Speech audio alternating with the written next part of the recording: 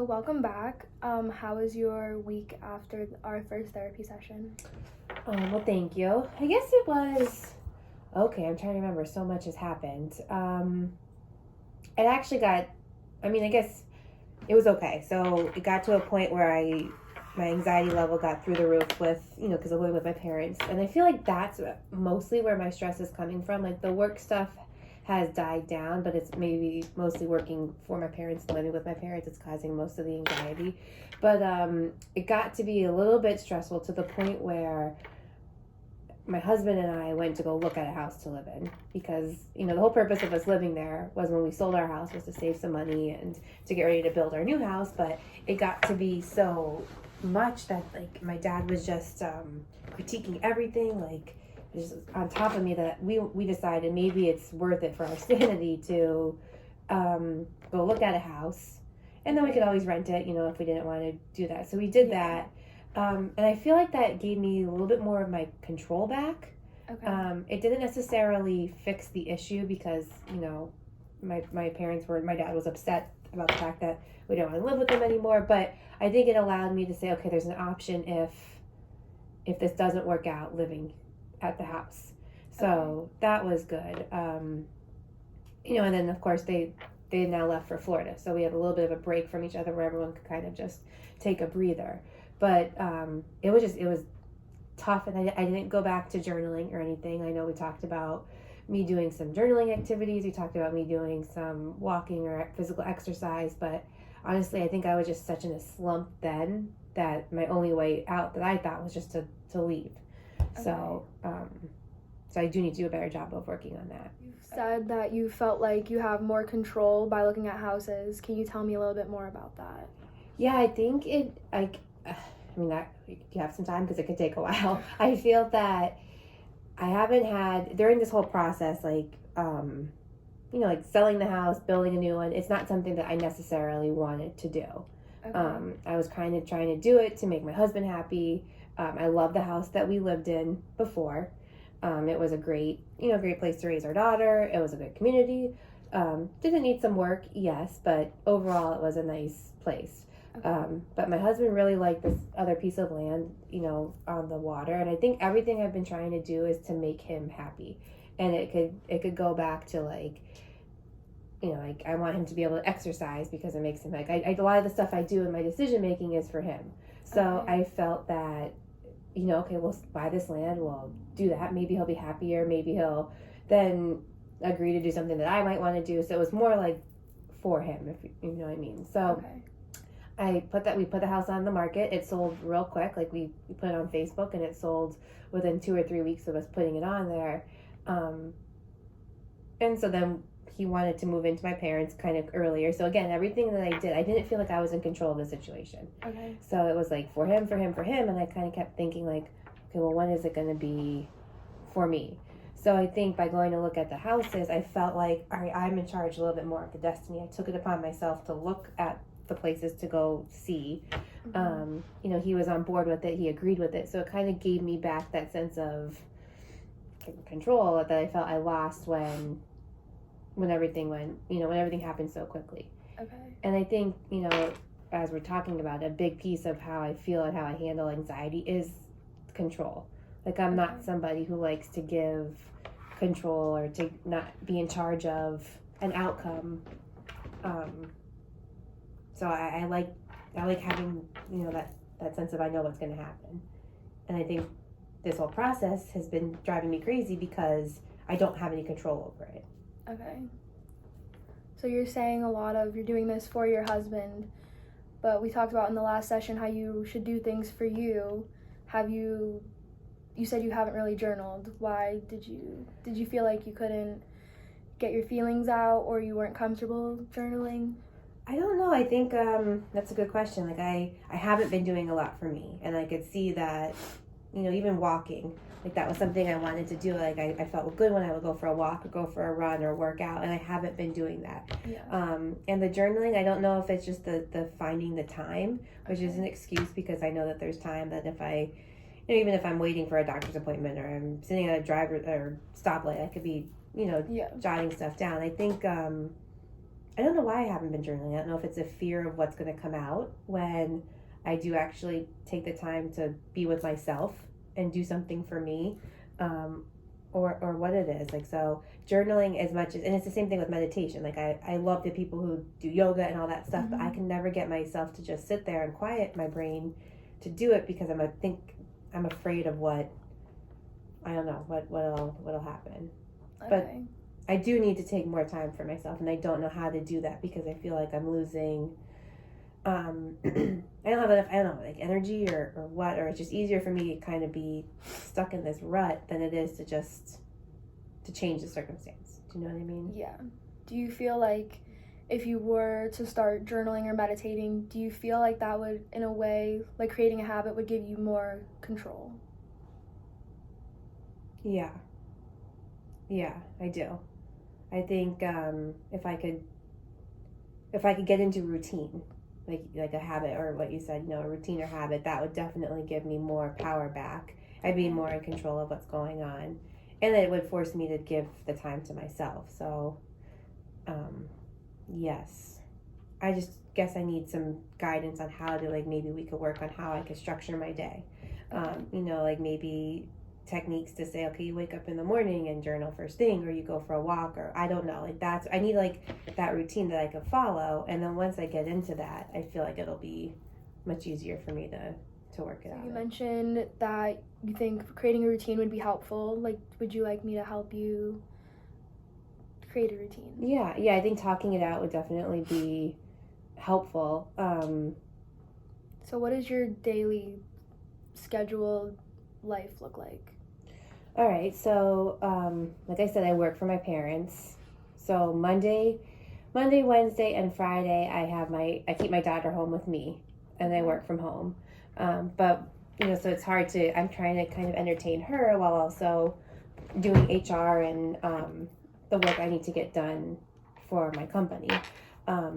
So I guess I have time in there, but those days are pretty much like I try to be available and working from 8:30 to 5, or at least by my computer in the event an employee needs something, or work needs to get done. I do have more flexibility those days because I could take my phone with me, and they always want to call if something were to come up, so I might be able to fit something into there. Tuesdays and Thursdays, my daughter goes to my in-laws. So I have those days are the days I typically go into the office. So I'm in the office, and then by the time I pick her up, I usually pick her up at around 5:30.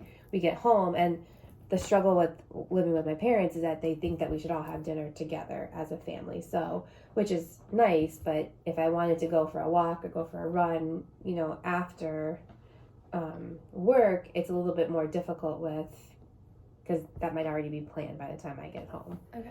And on the weekends, it's kind of like I feel like we always have something going on, but there's certainly times there where I could take time for myself. Like my husband's home if I wanted to say I wanted to go for a workout, or he could watch the baby, or my aunt and uncle, or I've always offered to watch. My cousin's there, so there's lots of people there that could do it. Okay. But I guess it's just kind of finding out, like, should I, like talking about maybe Monday, Wednesday, Friday, I wake up at 6 in the morning and go for a walk on the treadmill downstairs or something. That's where I kind of need the help with maybe structuring out what my day looks like. Okay.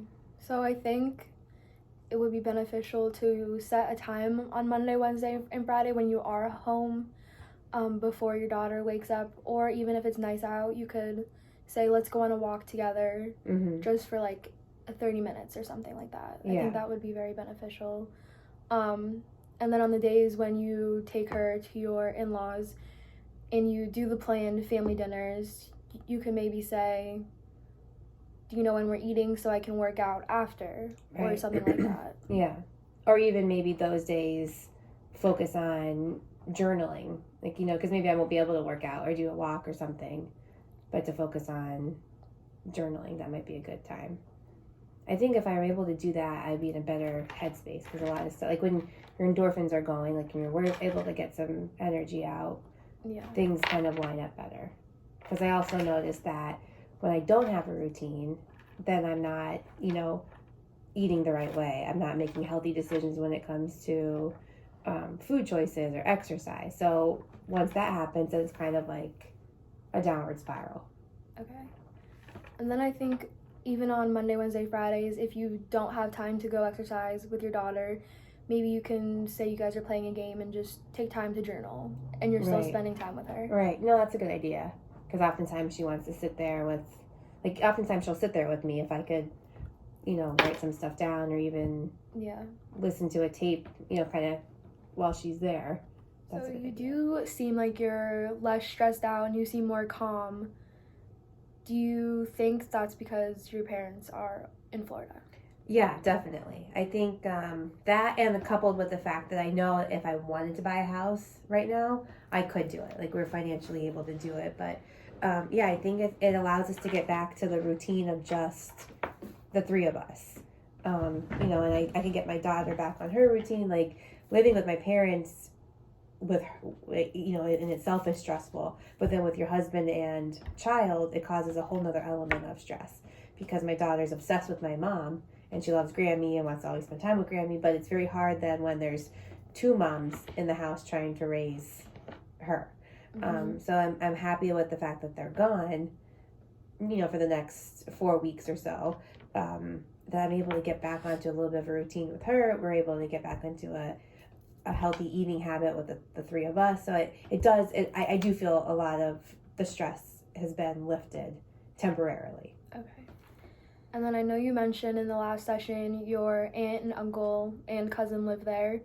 Have they been any help or are they causing stress? No, they're pretty great in the sense that they live in the basement. It's like it's an apartment down there, and they kind of do their own thing. They're definitely available if needed to help watch the baby. They've always said that if you and Mike want to go for a night out, we'll stay with your daughter.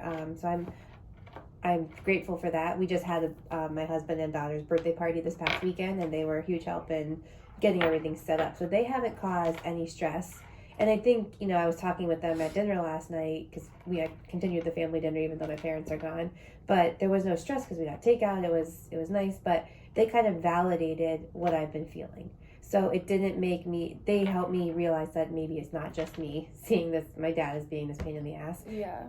It's more like, they're saying, no, he is tough on you. And we get it. Like, are you, if you want to move out, we understand that. So they don't add any stress to my my situation right now.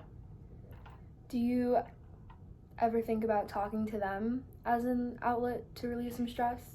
I do, and I can certainly talk to my aunt about it. My uncle is my mom's brother, so and I don't want to ever speak, and I think they're very appreciative of the fact that my parents have opened up their house to them as well. So I don't want to seem ungrateful and bash my mom and dad, and I'm not bashing them. It's just a very difficult situation. Yeah. So I feel like I could definitely talk to my aunt about it because she's in a different situation. I think she sees it more clearly. I think my uncle sympathizes, but it's his sister and brother-in-law. So I kind of don't want to put him in an uncomfortable situation where he has to defend them or, speak negatively about them because he's not that type of person. Yeah. Do you know when your parents are going to be back from Florida?